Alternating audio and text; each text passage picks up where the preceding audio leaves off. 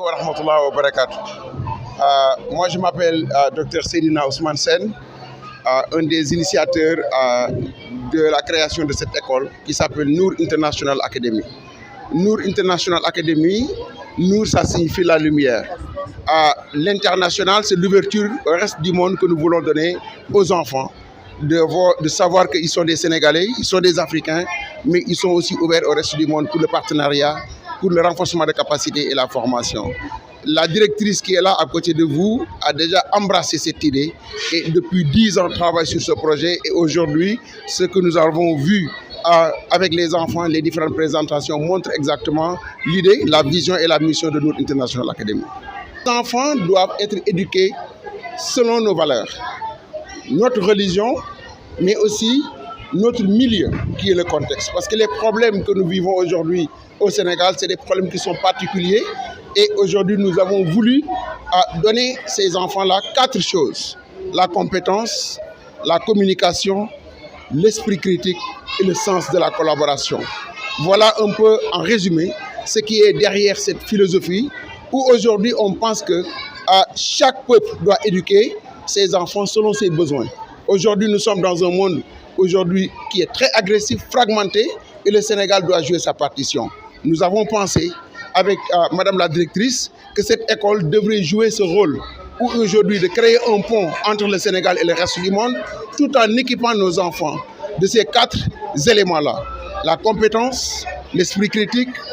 le sens de la collaboration et du partage, la tolérance, mais aussi des enfants qui sont imbus dans leurs valeurs religieuses, culturelles et sociales. Et ça, c'est important et c'était ça l'idée derrière. Et Madame la directrice l'a bien porté depuis pas mal d'années. Et aujourd'hui, chaque année, on voit que ces enfants-là continuent à embrasser les religions avec fierté, sans complexe, mais aussi avec des propositions de valeurs. Des propositions de valeurs scientifiques, des propositions de valeurs littéraires, mais des propositions de valeurs économiques et sociales. Une phrase de Cheikh Anta Diop qui disait que cette jeunesse africaine, armez-vous de la science jusqu'aux dents. Et je pense qu'aujourd'hui, cette phrase est encore beaucoup plus pertinente où nous avons vu aujourd'hui l'émergence de nouvelles technologies de l'information et de la communication, le développement de l'IA, de l'intelligence artificielle. Nos enfants, dès le bas âge, nous devons les exposer à ces outils, ces instruments pour la prise de décision. Mais la langue, elle est importante parce qu'elle véhicule le message. Aujourd'hui, pour le partage que nous avons déjà impliqué et ensuite mis dans le design de Nour International Academy, nous avions pensé aussi que l'anglais, c'est le devenir. L'anglais aussi est une langue. Pour être compétitif et attractif, il faut que les enfants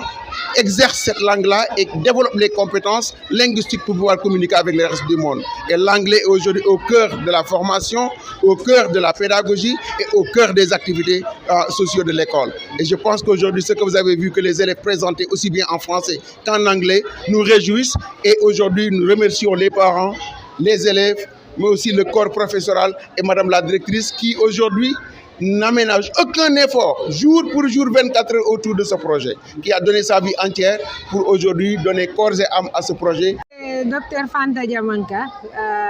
donc man maay directrice école bi donc comme ni ko docteur Sène waxee école mi ngi ubbi en 2016 école bi dafa basé wu ci 3 piliers bu njëkk bi c'est une école sénégalaise d'abord parce que suñu curriculum ni ma koy waxee tout le temps baax na baax boo xam ne soxlawul ñuy jéggaani. On est très fiers du programme sénégalais, c'est un excellent programme. Beneen pilier bi mooy anglais parce que anglais moom kenn mënta développer kenn mënta def dara sans làkku anglais boobu. Donc ñetteelu pilier bi ci topp mooy diine parce que nit ñun dañoo gëm ne diine mooy à la base de tout. maanaam doo dox sa dunia ba mu neex la rek nga ne damay dox teg diine bi ne ñaar yëpp a war a ànd. Donc loolu dañ ko bëgg a def ci sunu doom yi pour ñu xam ne diine mooy moteur bi mooy jox li ci des pas l'inverse doo dox sa dunia ba pare naan xaaral ma julli c'est le diine à la base. Donc loolu moo tax nous avons vraiment voulu regrouper yooyu yëpp mooy programme bi ñu doon soxlawul ñuy jéggaani. Anglais bi tamit c'est une langue internationale beneen bi mooy diine bi ndax diine mooy lépp. La science mooy lépp parce que boo xoolee rek li ngeen di jëfandikoo yëpp science la te ñun di islam sax dafa indi science parce que même boo indee hadis dañ la naan lan mooy authentifier hadis dañ naan la ku ko wax nga ne yonent bi sallallahu alayhi wa sallam boo ñëwoon ci moom nekkul nee na mu ne la ku la ko wax nga ne ko ngaati mu ne ngaati ku ko wax mu ne Moussa ku ko wax donc islam sax dafa indi un raisonnement scientifique maanaam looy wax rek doo wax sa bakkan donc loolu tamit dañ ko bëgg indi fii xale yi màggaale ko parce que dañ ñëpp xam nañu changement de comportement dafa metti boo demee ba doon mag déconstruction dafa metti donc loolu moo tax à la base dañuy bëgg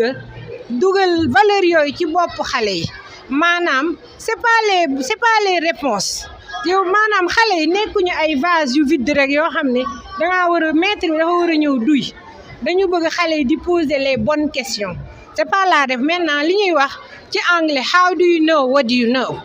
maanaam on veut vraiment inculquer ce raisonnement scientifique boo xam ne les enfants vont se poser des questions autour de ñoom ba pare ñu dem trouver les réponses c'est vrai que nous les adultes nous les éducateurs on doit encadrer mais on doit pousser les enfants ñu dem gëstu loolu moo tax ñun lépp rek muy science fair bi di lépp dañuy bëgg xale yi di gëstu di poser des questions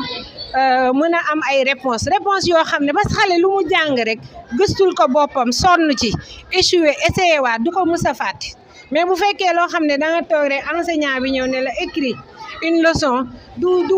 am doo ko approprié wu donc en fait on veut vraiment que xale yi di approprié te appropriation mënul am te takkuñu ci ban bi il faut ñu takk ci il faut qu'ils mettent la main à la pâte il faut qu'ils essaient il faut qu'ils échouent lépp tamit même du côté de diine tamit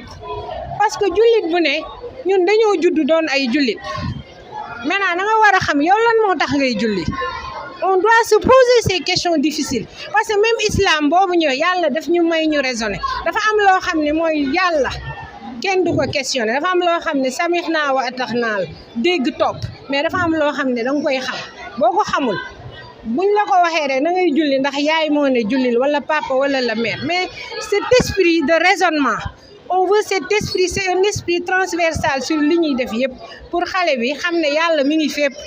même bu la sa yaay gisul da ngaa war a jóg julli même bu la enseignant gisul tu dois pas être violent il faut pas harceler donc loolu bu xale bi xamee ne yàlla mi ngi fépp mu xam ne li muy def tamit daf ko war a gëm